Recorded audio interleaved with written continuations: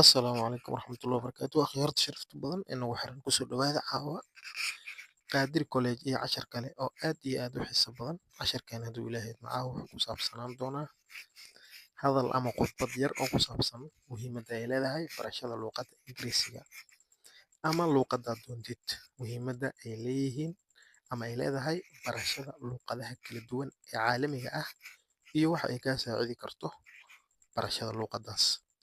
Haddaba waxay ku bilaabanaysaa caawa khudbadeena learning English barashada Ingiriiska is very important aad ayay muhiim u tahay because sababtoo ah it waa Ingiriiska lagu ay ku laabanaysaa. It is waxay tahay a global language luqad caalami ah. Global waa caalami. It helps waxay saacidaysaa us annaga naga saacidaysaa. It helps us annaga waxay naga saacidaysaa communicate inaan ku hadalno ama aan kula xiriirno with people dadka from different countries wadamo kala duwan kasoo jeedaan. Waxay kaloo naga caawisaa find inaan helno better jobs shaqooyin fiican and access inaan la xiriirno ama aan helno more knowledge cilmi fara badan.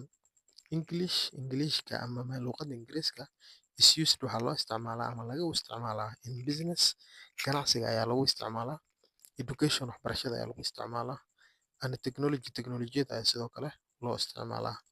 By learning English inaad barato Ingiriiska ama barashada Ingiriiska we open waxay noo furaysaa ama waxaan furanaynaa doors albaabo to new opportunities fursado cusub ayaa albaabaheeda ay noo furaysaa and a brighter future iyo mustaqbal iftiin badan.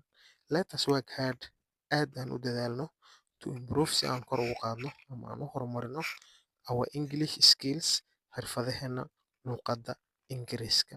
Skills waa xirfad. Let's work hard aan ku dadaalno to improve si aan u horumarino ama sare aan u qaadno our English skills xirfadeena luqadda Ingiriisiga ama luqadda doontid. Barashada luqadaha aad iyo aad ayay muhiim u yihiin. Halkanna waa iyadoo af Soomaali marka akhrista